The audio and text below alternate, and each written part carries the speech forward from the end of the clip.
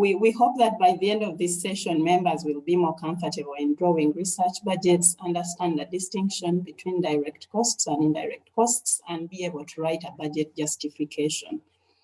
Of course, in one session, you can't cover everything that pertains to a budget. There are some more technical things that we may not be able to cover in this session, but I hope that it will give us a clue on where to start. Many times when you hear budget, you're like, okay, the lion is here to take me. So it's not as complicated as we think, and we should not fret when it comes to budget. You write good science, then you can't put figures to support it, and then that becomes a problem.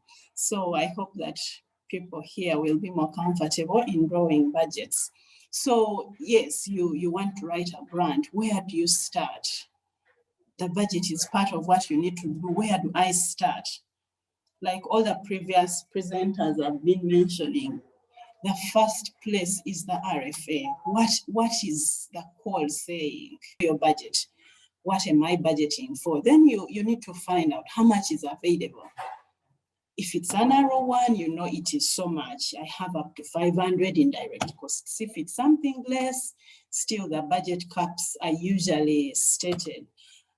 Is it a mechanism that requires cost sharing or matching funding, where the applicant institution needs to meet some of the costs, or you need another funder to match what this funder is giving?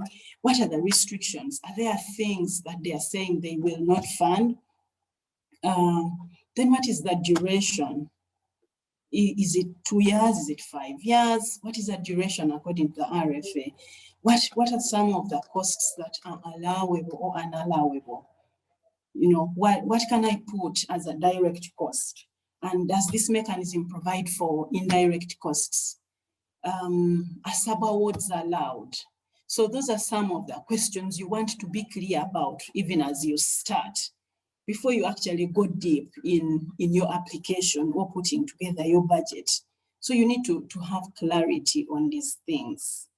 You know, it's important even before you start dreaming, because the budget and science go hand in hand. You might have this wild project that can't fit in the funds that are available, or it can't fit in the duration that they are funding. So you need to be clear on some of these things before you move any step further.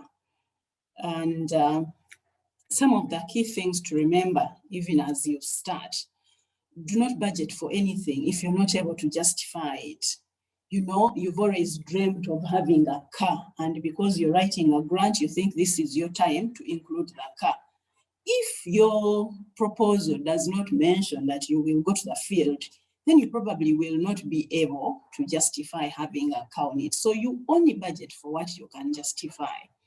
And then requesting for lots of new equipment sometimes suggests that the infrastructure or the environment is not good enough for the work. We always write about resources of the applicant institution. So if your budget has everything, CBC machine, car, freezer, what, everything is thrown there, you know, you're kind of implying to the funder that you're setting up your environment just for this project. It was previously not ready. So you need to be aware of those kinds of things even as you budget. And then we also need to remember that research grants are not training programs. So I know you may have dreamt of doing your MPH, and now that you're writing a grant, you're like, this is it, I'm going to put my master's program on here. But you have to be able to justify how this training program, how this student you're taking up, how this PhD folds into your research aims.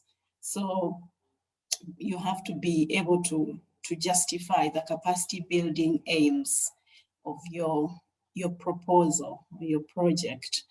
And then, unless required, please plan for self-reliance. For example, if you know that you will be traveling to the field on a daily basis, it's kind of incoherent that you don't have a car, you don't have a bike, but yet you have field work. And you're doing that because you think you will use project XYZ's car to do your work. So if the funder doesn't require that you provide ABC in your proposal or as part of your application, please budget for your project to be able to fund itself or to depend on itself. So that's important. Many times, especially when they are running projects budget, and then there's just one or two things they are budgeting. And you're like, okay, how did you intend to go about data entry? Oh, I was hoping that the other team would do it for me. Then it means the work that you're proposing cannot be well supported by the budget that you're requesting for. So you be sure to plan for the project to be able to fit within the funding that you're requesting for. And then the other key thing is to keep in mind potential budget cuts by funders. Like NIH has this thing of cutting by 15%. It's almost given. They if you put in your R01, they will cut. Maybe Susan could comment later about what that regulation is, but they tend to cut like by 15%. So if you budget very conservatively and you don't budget for the entire available amounts, and then you're subjected to the cut, then the cut might be too severe for you to do the work that you have proposed to do without altering the scope. So bear in mind those potential budget cuts. And then if your project is longer than 1 year, sometimes inflationary costs come into play. You want to be able to project and use the safest exchange rate possible. Today, the dollar might be at 36.45, but where is it likely to be 2 years to come? So as you budget, you have to be aware.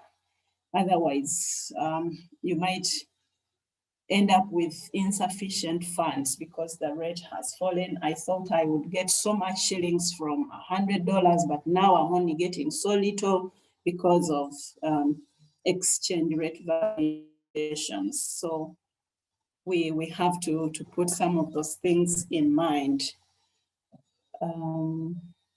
So why do we have to do the budget? Can't I just write the science and move on?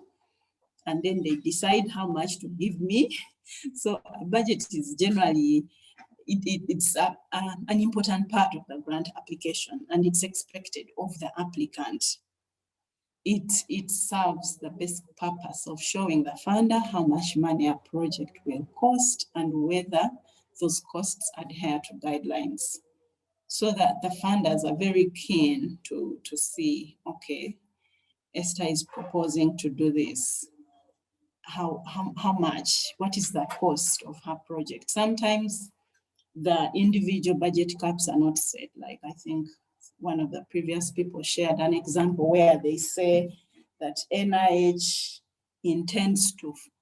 is putting funds up to $1 million US. They haven't said that every applicant should be within this. So they will be interested in seeing, okay, we have 10 applicants, how much is so-and-so's project, how much is, so it helps them to see how much the proposed project will cost. Of course, reviewers also look at the budget after looking at the science. They look at the budget to gauge the applicant's understanding of what is required to accomplish the proposed work.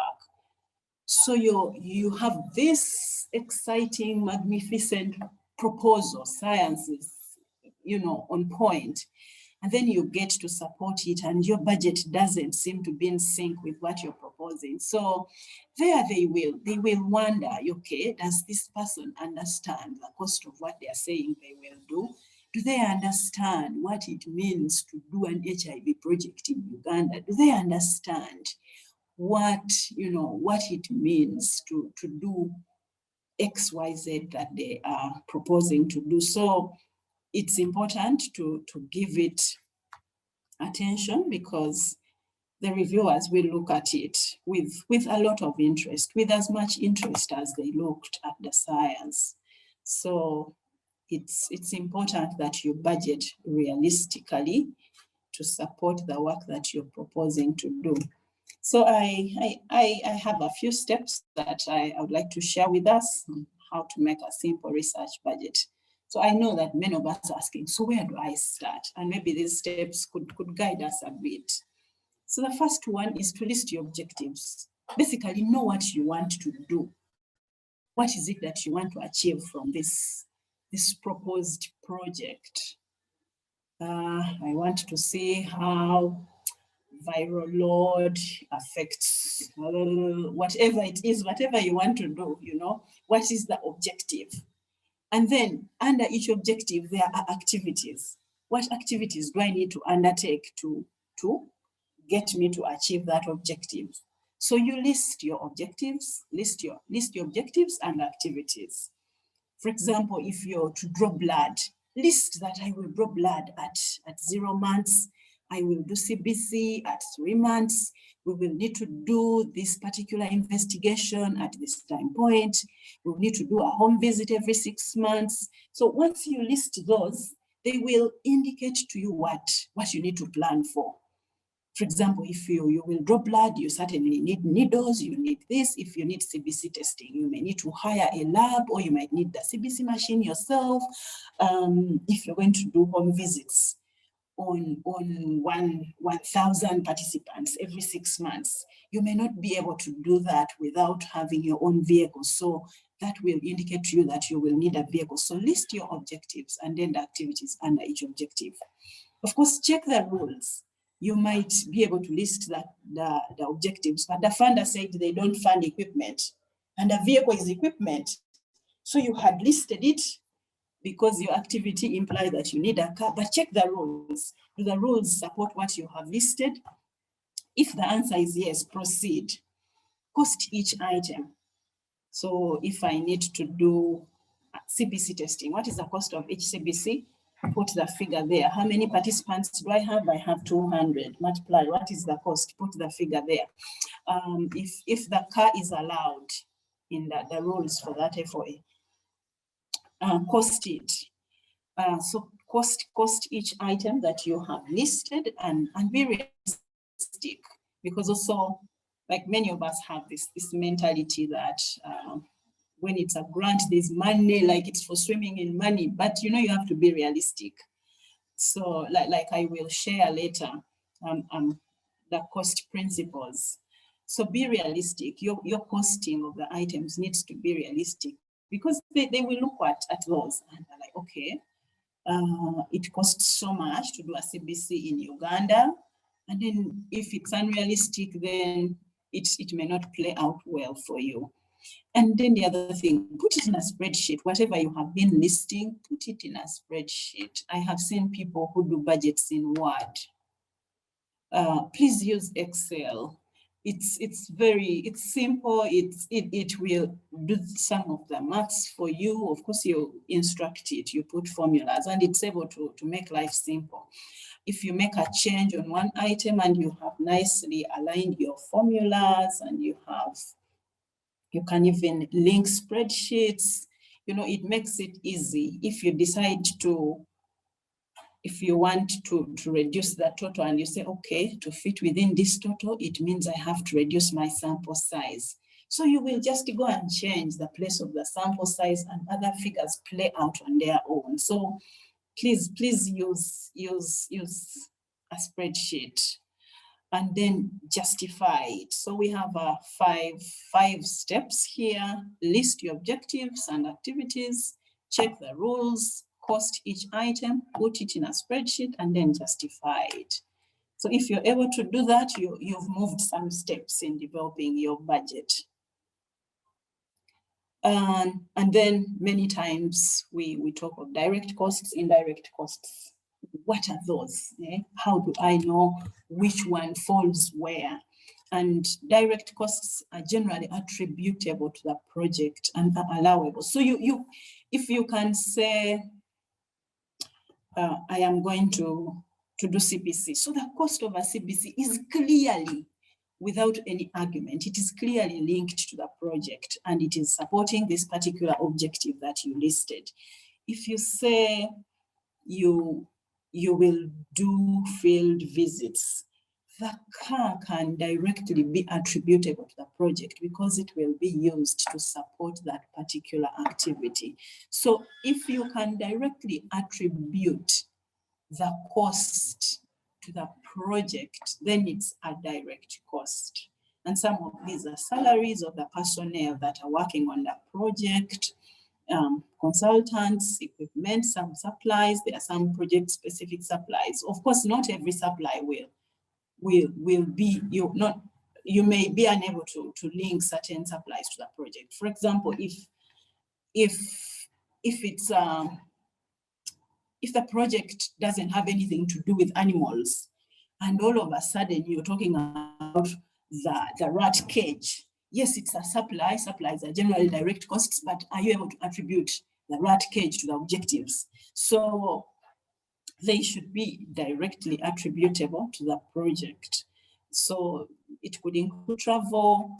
Some grants specify that the PI needs to travel to networking meetings. So that cost is directly attributable to the project. Publication costs, we want to publish findings in this journal so that they are available for people to, to read and have access. So that's directly attributed. Then when you come to indirect costs, these are sometimes referred to as facilities and admin costs or overhead costs. For these costs, their precise benefit to the project is hard to ascertain. You're not sure where so-and-so stops, where so-and-so starts. So they generally benefit more than one project. Examples of those would be costs of utilities. When someone on project X goes to the toilet and they flush, you can't tell where project Y stopped, project Z started. The electricity, it's difficult to tell that so-and-so consumed up to these many units and so-and-so stopped here. If you have a shared research facility and everyone comes and sits there, you really can't draw a line to tell where so-and-so's benefit stops and where the other person's benefit starts. So those are generally indirect costs because they kind of benefit more than one project, and then you can't allocate the specific costs to a project. So those kinds of projects, you plan to meet them by way of indirect costing. So sometimes like we keep saying, follow the rules. What's the FOS saying?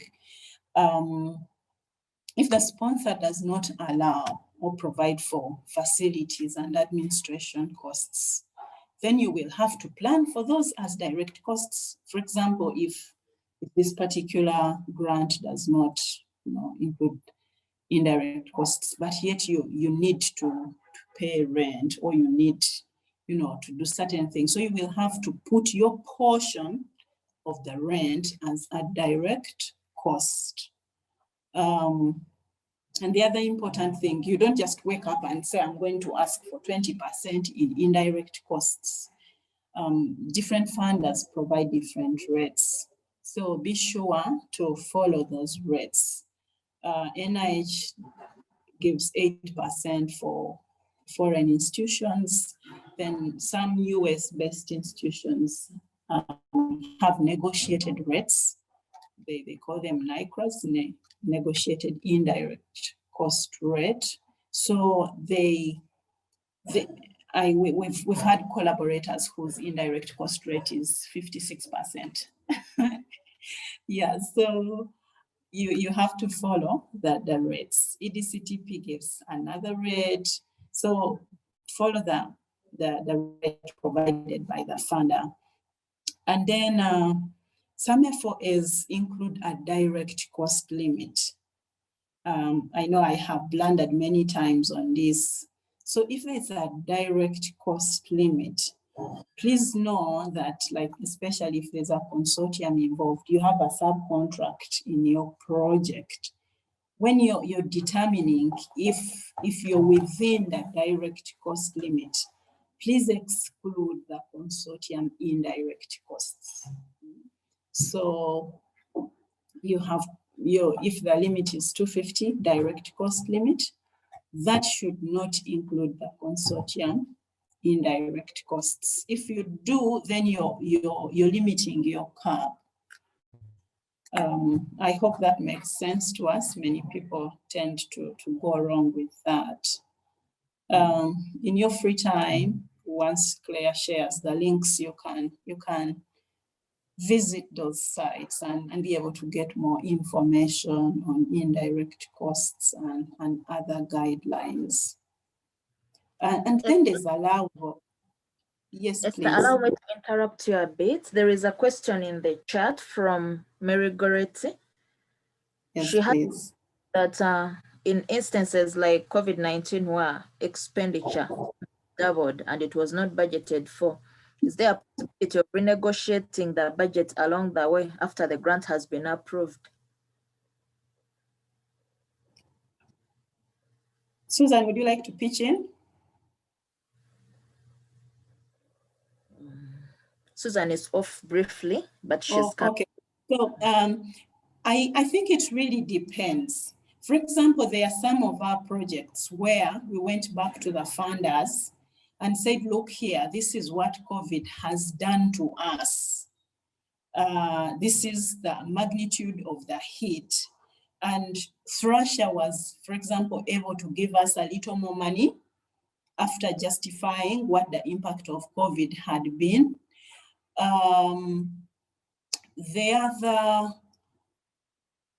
project where we had to mention COVID in our progress report, they noted the impact that it had, and they said, okay, let's keep our ears on the ground and we see what happens. So Goretti, what's important is to be open as you write your progress report.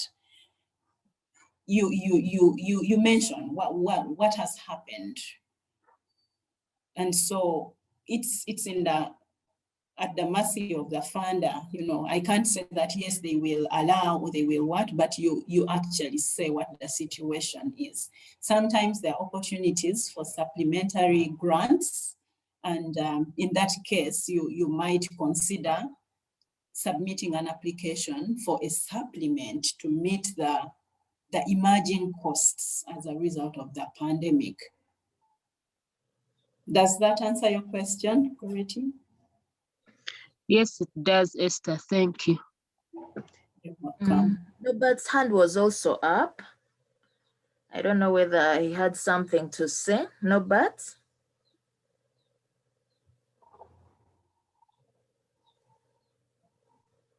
Okay, maybe we'll move on. If he wants to say something, he will say later. Okay. Okay. Yes, so we move to allowable and unallowable costs. As you budget, you need to know, or you need to be aware what's allowable, what's unallowable. And there are generally 4 principles that dictate allowability. You know, what makes an expense allowable or unallowable. So one that makes it allowable is the reasonableness. You know, we've been saying that budget realistically. So sometimes when we are budgeting for grant funds, we take things out of perspective. Sorry, Esther, can I interrupt you just briefly? Sure. There is another question that relates to the first question from Goretti. It's from Mariam. She's saying, in such a case, do you draft a supplementary budget to justify the need for extra funds? Like I explained, it really depends on the opportunities available. So if there is an opportunity for a supplement, then you would have to do a budget. Every application goes with a budget. When you apply, like, you have to budget. You cannot run away from budgeting. If you're claiming that COVID has affected you and you need additional funds, you have to put it down in a budget. You show the funder, okay, We had initially budgeted for participant transport at 30K, but with the increased transport costs, it doubled. So I need this gap to be covered. So this is what I'm asking for on the supplement. What else happened? We now have to buy sanitizers, we have to buy masks, which we had not budgeted for initially. This is the cost. So the answer is yes. If you're asking for supplementary funding, you will have to do a budget for it. And even if you're trying to negotiate with the funder to provide additional funds, either approach, you will still have to do a budget for it. Because that's the only way they will see how much you need and towards what.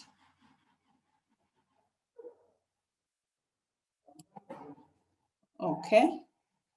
So allowable and unallowable costs. When I was talking about the principles that dictate allowability. And one is reasonableness. Is what you're saying, what a prudent person would pay for that item. Because you're buying a car on a project, you will say it costs 200 million. Is that what a prudent person would pay for a car in Uganda, a basic car to do basic research work, field work? So reasonableness, they will look at those things because every dollar counts.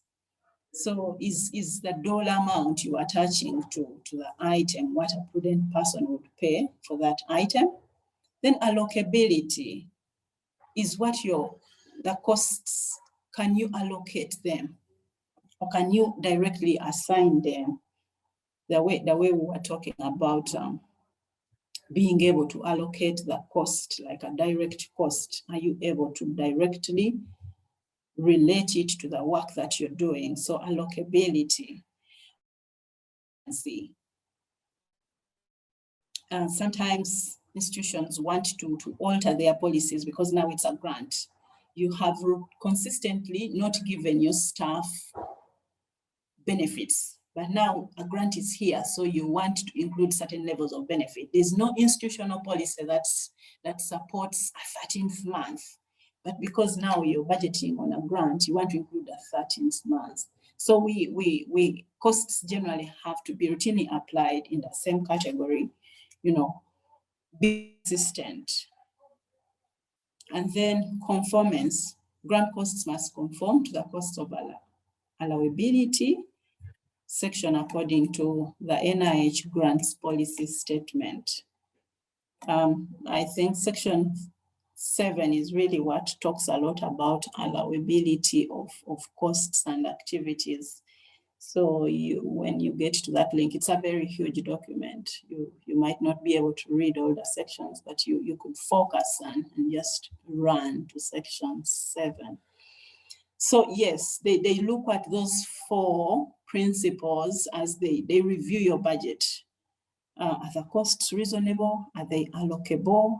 Is there consistency in applying the listed costs? And is there conformance with the grants policy statement?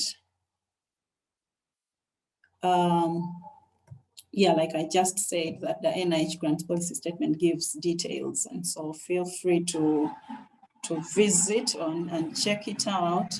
But some of the allowable costs, things that we know are allowable, they include personnel, consultant costs, equipment, travel, patient care, project materials and supplies. F&A is allowable. Of course, it depends. If the funder has said this grant does not provide for F&A, then it becomes unallowable. But if it's clearly listed, then you can plan for it as an allowable cost, or you can include it. And some of the unallowable costs that you should avoid include alcoholic beverages. I know some of us have come from backgrounds where we can party and drink anything at any time. So alcoholic beverages would be allowed if they're within the scope of the work. Yes, you're buying 2 jerrycans of alcohol to support this objective. That becomes allowable. But if it is as part of entertainment, then it's unallowable. Bad debts, so and so didn't pay, or this went bad, you cannot build that on a project. Building acquisition and construction is generally unallowable unless otherwise stated, like maybe if it's funding is to support infrastructure support.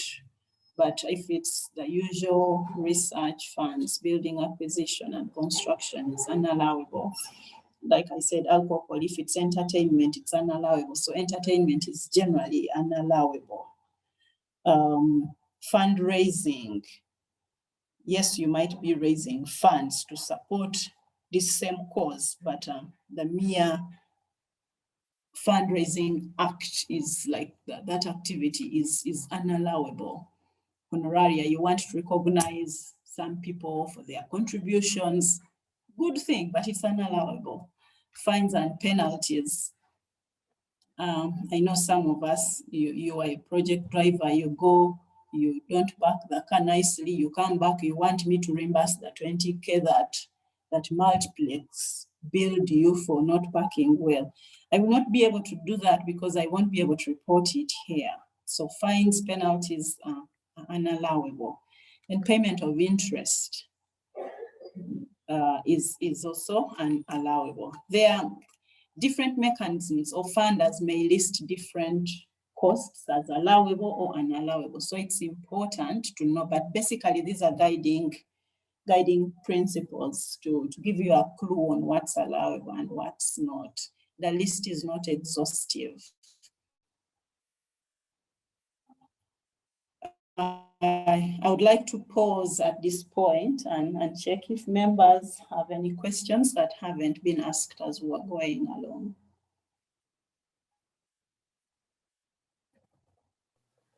Okay, there are some questions in the chat.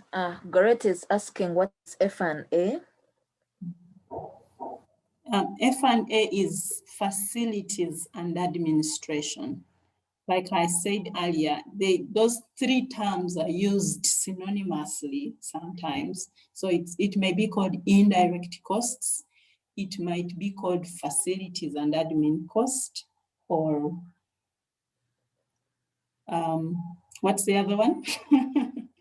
I forget, but there's a third term that I listed earlier. For that building, overhead, I don't think we got a notification from you. Yes, that one, overhead. Thank you. Okay, then Evelyn is asking that on unallowable costs, how about the exchange rate losses? Kindly expand on it.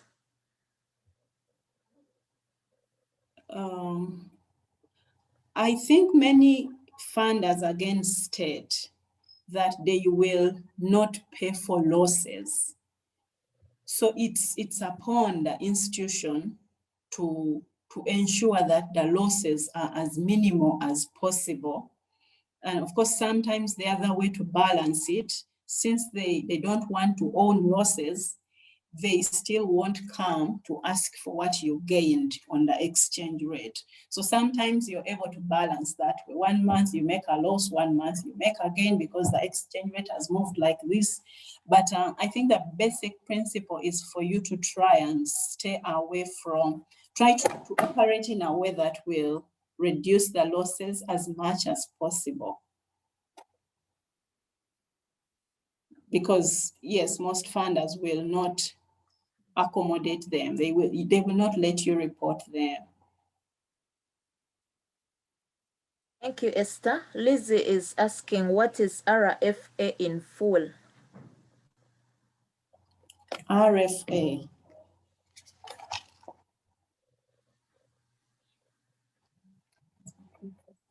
Request for funding applications. Okay. It's also sometimes, okay, it might mean the same, but there's a FOA, funding opportunity announcement. So sometimes NIH requests for people to bring applications. So there is a request for applications. Okay, thank you, Esther. There is a question from Sylvia that how can we deal with projects? How can we deal with projects that have a 5-year lifespan and yet at the end of the day, it really affects closeouts due to Forex, yet global markets are volatile. Many times you end up digging into institutional funds.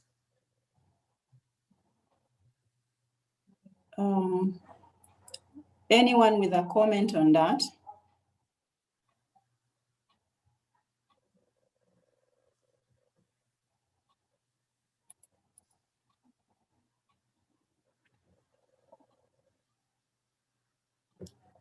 I don't know whether Sylvia is there so that she can maybe just make the question more clearer. Claire, I just wanted to say Thank that. you, Claire.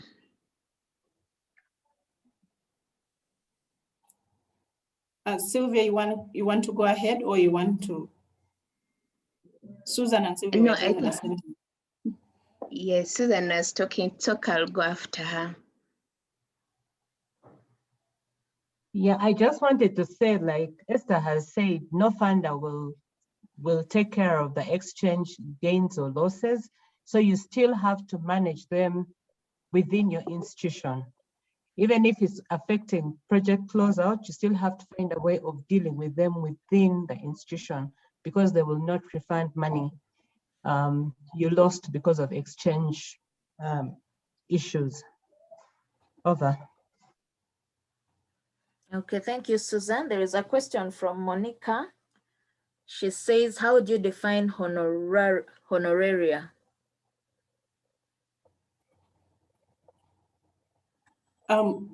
I think my understanding of honoraria is you're trying to honor, like it has something to do with honoring someone. Beyond their salary, you're giving something extra to honor their contribution. So that which you pay above the salary that's stated is what's unallowable. Susan, would you like to add something on that? Yes, Esther, you've clearly stated that. I think what sometimes happens is that we use honorarium to mean different things, but in turn, I would just encourage people to state the exact thing that they're paying for. If you're paying a consultant, just call it consultancy fees. Honorarium in the NIH policy means what Esther has actually defined. So if you call it honorarium, it will be disallowed, and yet you actually meant maybe consultancy costs. Over. Thank you. Thank you, Susan and Esther. John needs to reaffirm that if a cost can't be allowed, he needs to reaffirm if a cost can't be allowed even when it passes at least 3 tests like reasonableness, consistency, and conformance. Okay, I think it's just a comment. Okay. No, it isn't a comment. I needed to reaffirm from you whether at all times all the tests have to be passed. That's the 4 tests. Oh.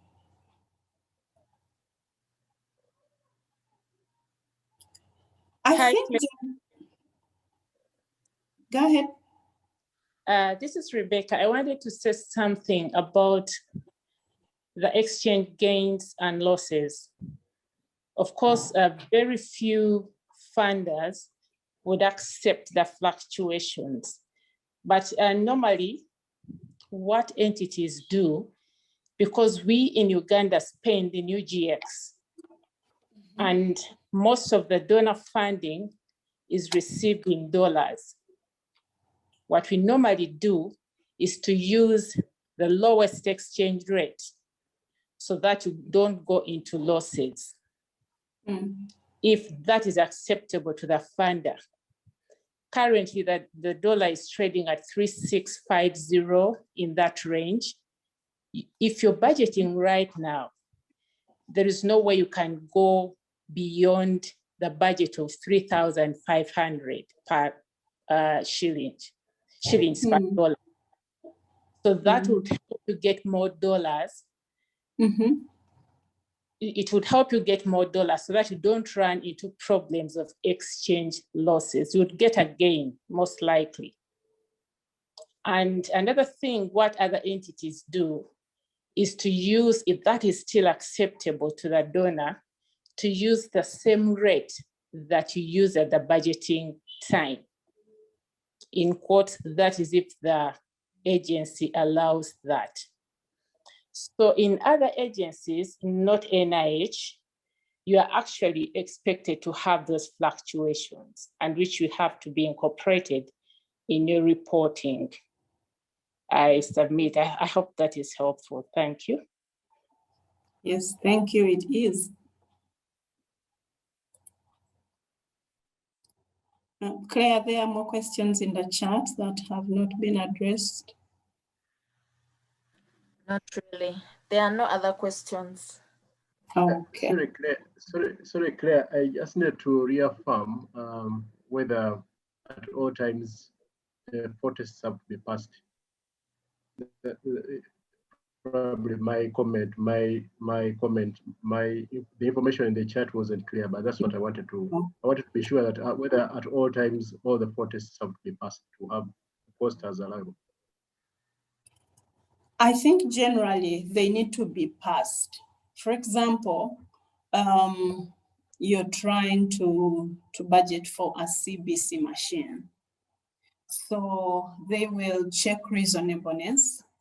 What is the price that they are stating? What is the cost?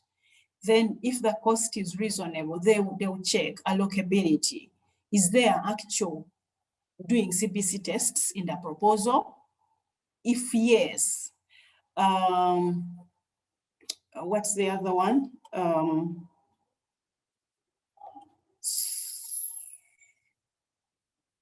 Consistency. So they'll check, is the costing routinely applied? Like if there's, okay, the machine may not apply in this case, but is the application of that cost the same? Like, is it consistently treated that same way? So I believe that generally they will look at the 4 tests to pass a test. It may be a small amount of money, but if it can't be allocated, if the cost can't be assigned to the grant, then it won't be passed. Yet it is small, it's reasonable, but can you allocate it? So I think generally the 4 need to be observed.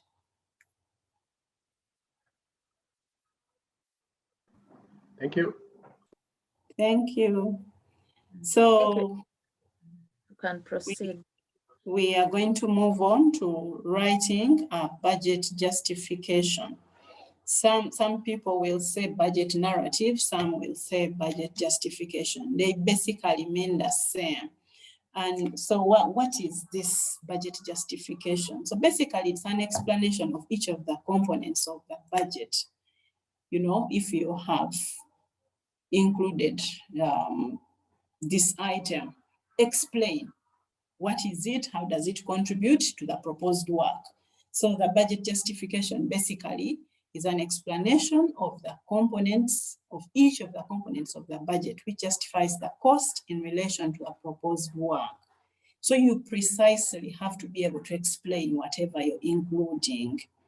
And its purpose is to explain and justify all expenses required to achieve the project aims and objectives. And like I said earlier, that the reviewers would be interested in understanding or seeing from your justification if you need everything that you have included. So if you, like we said earlier again, if you can't justify it, then don't budget for it. So they use this to decide if you really need what you're requesting for. You might be including a car, yet there is 2 random visits in the course of the project. But because you have always dreamt of having a car, you think this is your moment. So they will look at it and be able to to decide, do you really need what you're requesting for? Must you buy a CBC machine? If you're doing an occasional CBC on just a random selection of participants, must you buy your own machine, or you can actually do it at a different lab? So they use it to decide if you really need what you're requesting for. And if you fail to explain why you're requesting for it, then you know you don't need to include it. So the rule is simple. If you can't justify it, then you don't budget it for it. So what are some of the qualities of a good justification? So what you aim at, your justification looking like, it should be able to justify the need for each budgeted item. Convince whoever is reading it that you actually need whatever you're asking for. It explains how the costs are estimated. Excuse me. For example, if you're saying we are requesting for 3,000 in patient transport, you should be able to say how you have arrived at that much. That a daily cost is this much, and we anticipate 4 trips. Excuse me.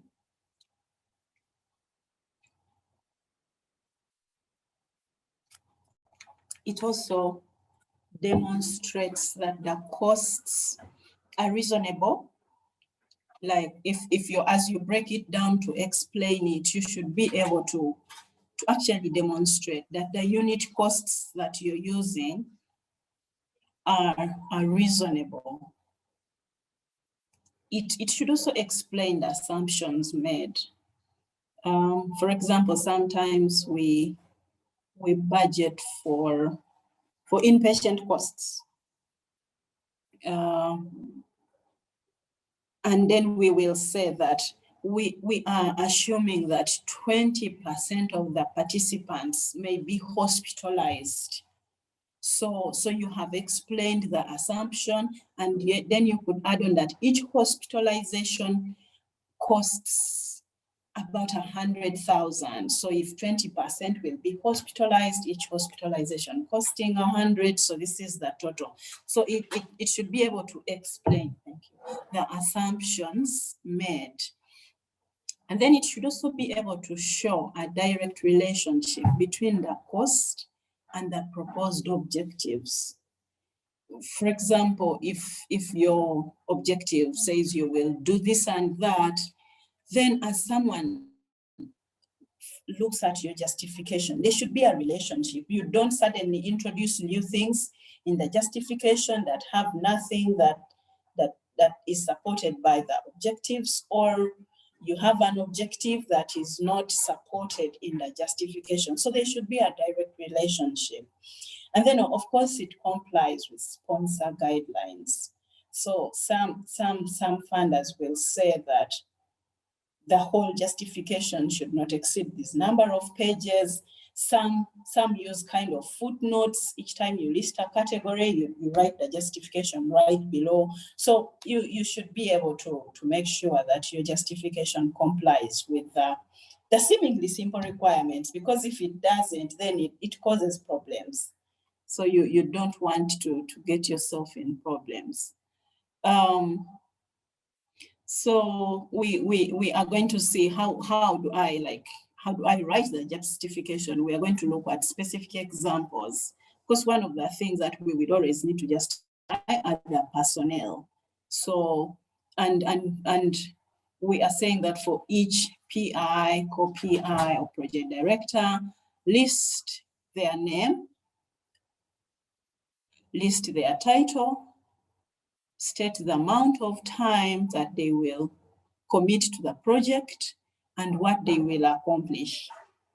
And an example is here. We have Dr. Smith, so we have named the person, will serve as PI and will commit to some amounts of effort to this project. She will be responsible for whatever it is. So you have listed the person, you have given their their role, you have said the amount of time they will commit and what they will accomplish. So that can cover you. To interrupt you a bit, there is a question from Eseza. She is saying, what is the correct tense in which to write a budget justification? I think it's future tense.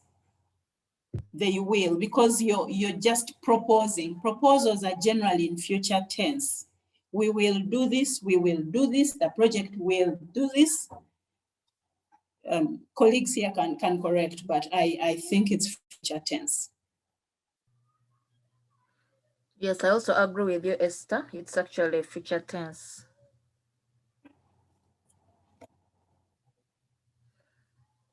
Okay, so there are more examples on how to justify key personnel. The second one here, we have LSAPO, that we have named them. We have added their qualification. They hold MBCHB, MEd, MPH, and they are an associate professor at the Department of Pediatrics and Child Health at the University of Nairobi. You can talk a bit about what they have done. It's not a requirement, but remember, you're trying to justify why you have that person on board. So talking a bit about the programs they have been involved in could easily be a plus if you're able to precisely. So she has directed a large USAID funded treatment program at the University of Nairobi and is a senior technical advisor to national HIV and TB pediatrics programs. She will dedicate time to oversee the clinical care of study subjects at the research site at Kenyatta National Hospital, working closely with the project coordinator. We request for 1.2 person months per calendar year. So that's another way you could justify a key personnel. Someone might ask, who are the key personnel? These are people who have significant contribution to the project. They most of the time contribute to the proposal development. They play a key role.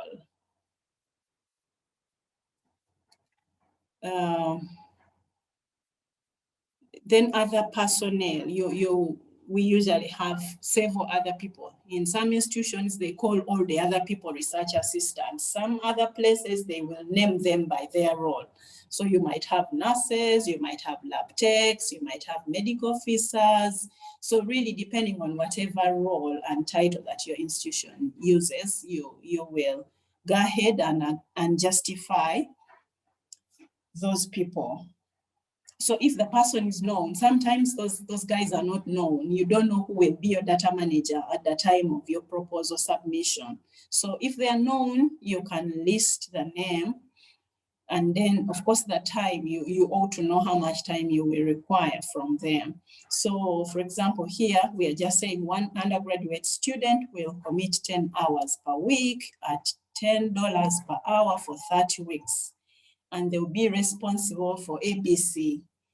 You know, you have not named the person because probably you don't know who it will be at the time of your application, but you have said the amount of time they will commit and what their role will be. Then many times we have more than one person to list. Then after you have listed all those persons, then you will say total requested for other personnel is so much. So you name the different positions that you have on your budget. If you have a data entrant, you will have to talk about them. One data entrant will commit 100% of their time to enter the data into the database, to do the cleaning and so on. So that way you're able to justify, oh, we will need a lab tech at 100% time. They will run assays for the project and do blah, blah, blah, ensure samples are well stored. So you have justified that particular position, and that's other personnel. Of course, related to personnel are benefits. if you plan to give any benefits, then you also have to justify them. It might look obvious that I have indicated for them the percentage, do I have to talk about it? Yes, you have to talk about it even when it looks obvious. And of course, they must be consistent with the institutional policies. So for example, you might say fringe benefits are calculated using our institutional rate of 15%. If you're able to break it down like I have done here, 10% is the mandatory NSSF and 5% is towards staff medical insurance. Other people have more benefits. If it is supported by your institutional policy, please include them. You know, if there's housing benefit of such and such a percentage, include it and explain and justify it that you need it because this is what your institutional policy is. So remember, the aim is to demonstrate to the funder or to the reviewer that you actually need what you're requesting for. So in case you have budgeted for travel, how do you justify it? So you need to explain the need for the travel. How will this trip benefit the project? You know, is it related to the project aims? And how you indicate your calculations of travel costs. If there's an airfare, you can state there's hotel, there's per diem, there's this. Again, it comes back to the institutional policy. If your institution gives so much in per diem, then that is what you state. Although I think I'll ask Susan to comment. What would happen in a situation if the institutional rate, for example, is higher than the NIH rate for per diem? I guess you adopt the NIH rate. I'm answering my own question. Yes, I think you'd adopt the NIH rate because the funders rule will take precedence at the time because Yes. you're asking them to fund you. So you might Yes. need to go by their rules. I agree. Thank you. So this is an example here, how you would justify travel. Dr. Smith requests funds to attend the XYZ annual conference. Of course, you know what it is that you budgeted for. These are just hypothetical examples. In this place, for the purpose of disseminating project results, the conference fee is so much, the airfare is so much, he'll be there for 3 nights, estimated at so much, and then you need so much in local transportation. Whatever you plan to bill on the grant or whatever you have budgeted for, you should be able to justify it. So if you have asked for 4,236 for travel, when you come here, you have to explain how it arrived at that much. So that's an example there on how you can justify travel. Or the grant stipulated that the PI travels to the NIH networking meeting. So we are asking for so much to allow the PI to go to this meeting in this place, and the airfare is estimated at this much. Of course, they know how long the meeting is, so you can't say it will be 7 days when it is 3 or 5. So you basically just explain how you have arrived at the total cost for the travel that you're asking for. And then if you have budgeted for equipment, you still have to explain. And what's equipment? You might look at your laptop and call it equipment.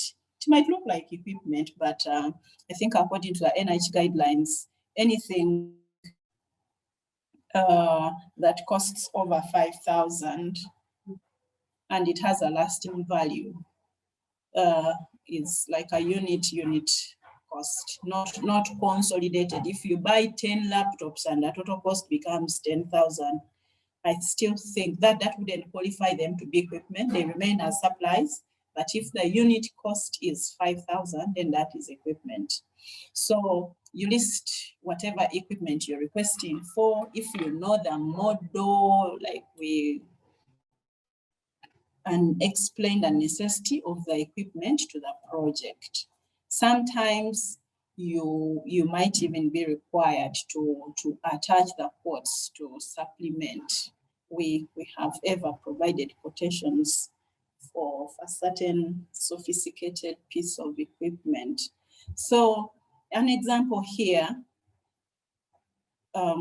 in order to accomplish aim 2 of the project, a hyper microscopy lens is required. The lens will enable researchers to do blah, blah. We request for so much to purchase XYZ. This is where you say, maybe the model, the brand, the supplier, what, and the total cost is this. So you have talked about your equipment.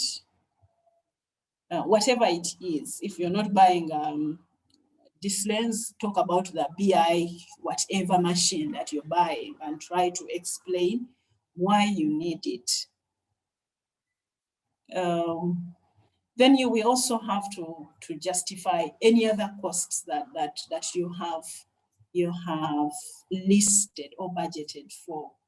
So usually there is that cost of that budget line called other direct costs, and this category includes funds needed for items such as materials and supplies, consultant services, publication, equipment, subawards, and many others as your proposal will require. So any other things that you may not have been able to include in the other budget lines that are listed will end up here.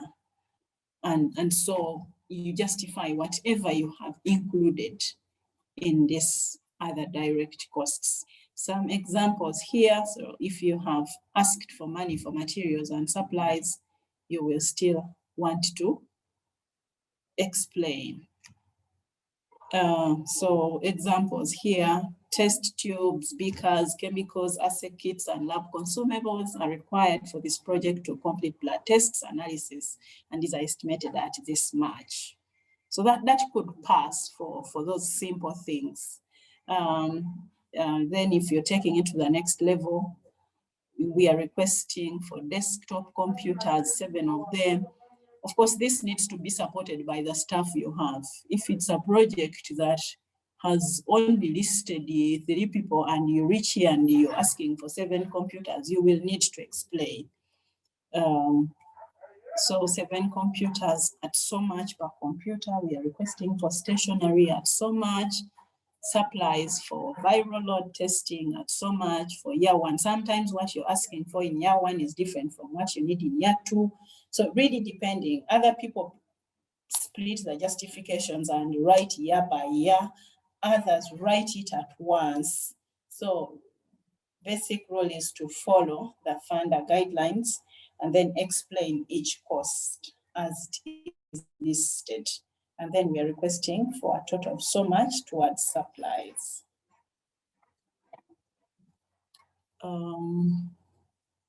Then if you have budgeted for consultant services, usually at proposal level, you might know who the consultant for that particular service will be. And so you can provide the name of the consultant, if it's a person, if it's a company, and then what the role will be on the project. And then list the costs. Is it going to be travel? Is it going to be a professional fee? Is it going to be what? So you list. And an example here is funds are requested to contract with Dr. Sandra Brown of Great Labs in San Antonio, Texas. Dr. Brown is the leading expert in XYZ, has significant experience in clinical trials.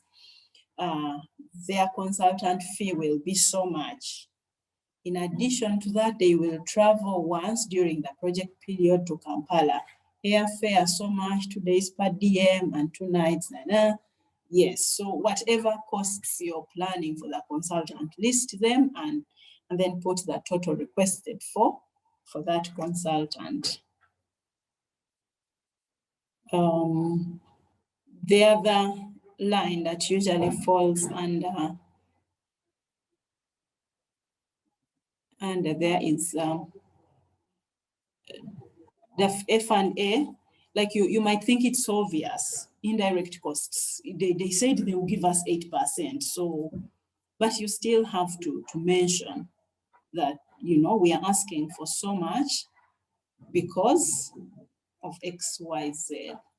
So some institutions are eligible for full F&A cost reimbursement, as in they can pay for all their indirect costs. They will pay for your rent, they will pay for your utilities, they will pay for, but us, we are not privileged. So we only have up to 8% exclusive of tuition, direct expenditures of equipment and server awards in excess of 25,000.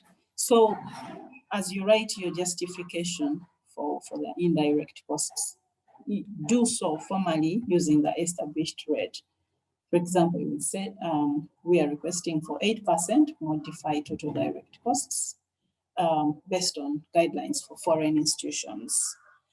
If you have a negotiated indirect cost rate agreement, then you will say we are requesting for 56% based on our agreement, and later that agreement will be requested for. So you ask for it, and then you can give evidence of how it arrived at that much. For some of the examples here, I have already mentioned them, but yeah. So Michigan takes current indirect cost rate for on-campus research is that. So if that is what you provided for, so you come and justify it that way. ABC University is a foreign institution and 8% is requested for as per the NIH guidelines. Yes. So as I conclude, really, I basically just charge us not to underestimate the importance of the budget justification. In my experience, we have always done it last. You're even tired. You want to just submit the grant, and then you just haphazardly doing the justification. It's fairly embarrassing. Recently, the reviewers got back to us about questions, mistakes made in the justification. It was very embarrassing. I mean, they're like, and then you start saying, oh, sorry, oversight on our side, sorry, error here. I mean, if you were able to draw the budget, write the entire grant, then you can as well focus and write a good justification. Make sure the English is correct. Make sure the amounts in the budget justification are matching what you have in the budget and following the same order. If the personnel came first, don't justify them last. You know, follow the same order in which your budget is presented. And of course, we now know that a good justification will give the reviewers reason to fund your proposal. If you write it haphazardly, they will be left there wondering, okay, is this a good thing to fund? Do they really need the car? Do they, how come they're asking for so much? How come this doesn't look well supported? So, and usually this is a competitive world. So you do not want to present yourself to be on the disadvantaged side. So it's important that you focus and give the reviewers reason to fund your proposal. So if you have questions, where do you find help? The grants policy statement is like the researcher's Bible. If you hadn't downloaded it, please do and keep it on your desktop. It's updated regularly, I think, at least, I think annually, I'm not sure, but make sure you have the latest version. And then the FOA usually will stipulate some of the things you need to base on. if they said they don't fund equipment, even if you justify it how, you labor, you convince, they will not fund it because they already said they will not. Of course, ask colleagues, how do I write this? I am trying to put this, like Susan was saying in response to the question on honoraria. You might actually be paying a consultant, but you misuse the words. So you end up using the wrong words, and then your cost becomes difficult to justify. Or you have something and you're almost sure it's on the edge of being unallowable. But if you can use actually the right language, you ask a colleague and be honest with them, I want to include this. This is truthfully what it is. How can I best explain it so that it can be justifiable on this application? So those are some of the things you can find support from colleagues. And yes, so are there questions that were not asked as we're going along? No, the ones that have been asked in the chat, Susan has responded to them. Okay. Unless we have any other questions. There is a question from Eseza. Well, she says she missed the first 15 minutes, and maybe this was covered while she was off. So she's saying, assuming I did not participate in proposal writing, what do I look out for from the proposal document in order to come up with a budget lines or items?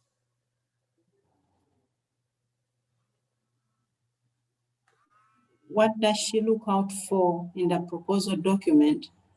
I mean, you're the one who really creates the proposal. So, like we said, list your objectives. Your proposal has the objectives. I want to accomplish X, Y, Z. Which activities do you need to accomplish X, Y, Z? Actually, I had unmuted. I thought she was inviting me. Sorry?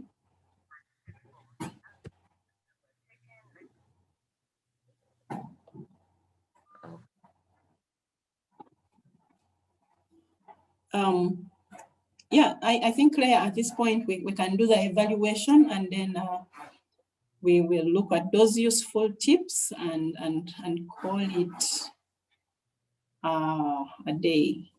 Okay, as we continue with responding to questions, I actually appreciate the session flow and the information shared, but we are now taking off 5 minutes to do the training evaluation. I just need you to click and open that link in the chats. Just respond to those few questions and make your submission. We have a question from Evelyn. She is asking, is it possible to negotiate the indirect cost rate with a specific funder? I think it really depends on several things. Like for NIH, you can't start negotiating when you're a foreign institution. The rule is clear, it is set. Your foreign institution, this is 8% that you can ask for. Many other funders have their rates. So it really, really depends. But most funders have stated rates. I know that US-based institutions are able to negotiate for indirect cost rates. So in terms of information specific to us here, I think our verdict is clear. But if you're in a US-based institution, I think there's more wiggle room for them to negotiate than there is for us. Yeah, so I just wanted to mention the useful tips, which really, I think I had already mentioned, but just to emphasize them, that ensure that the budget narrative follows the same order as your itemized budget. Whatever you started with, start with it too in the justification. Be sure everything in the budget and budget justification. Sorry? Sorry, Esther. Actually, Esther had 2 questions. There was one before the evaluation. She had appreciated the first response, but there's another one. There is actually going on and we interrupted it as we were doing the evaluation. And she said only mentioned the objectives, but you were still responding to her. Will say again, like try to respond to the question that she had put there, that you haven't been part of the proposal writing. Where do you start from to develop the budget? Ideally, you should be part of the process. It becomes very difficult when they suddenly dump the document in your face and then ask you to prepare the budget. Why that becomes challenging, they could have proposed too much and it can't fit within the available budget cap of budget, like the grant funds that are available. So it's important that actually the group thinks together and works together as they go along.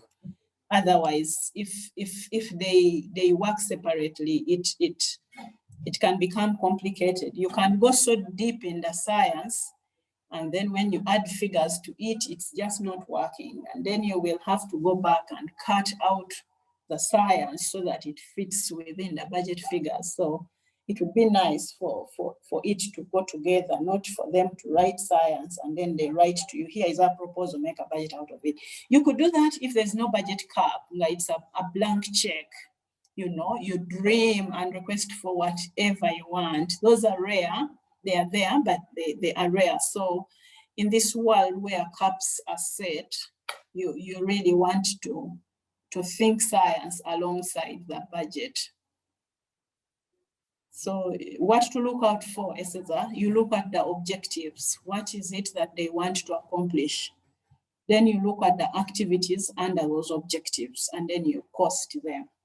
That would be a good starting point if you have received a proposal and you need to develop a budget out of it. Yes, so continuing on as we summarize useful tips. Double check allowability of budgeted costs. You know, you have included it, you have nicely talked about it, but was it allowable in the first place? So check if the numbers match. The budget for personnel had 20,000, but your justification has 19,800. Where is the gap? Make sure the numbers are okay. Then justify everything included in the budget. Don't think anything is obvious. Participant transport, of course, it looks obvious, but justify it. Explain how many times are they coming? How much is per trip? Why that much? For example, these days, I think IRB has stipulations that require you to pay every participant that's older than 5 years must receive their own transport on top of their caregiver's transport. So you want to explain some of those things. I'm asking for so much because this is the regulation on the ground. So thank you so much for your participation. And over to you, Claire. Okay, thank you so much, Esther. I wonder if we have any more questions for today's session.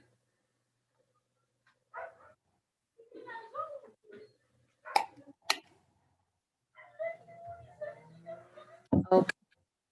If we don't have any more questions, I think we can proceed to closing the session. So I thank you very much, Esther. It has actually been a very nice training. I appreciate the information shared, the insights shared around budgeting,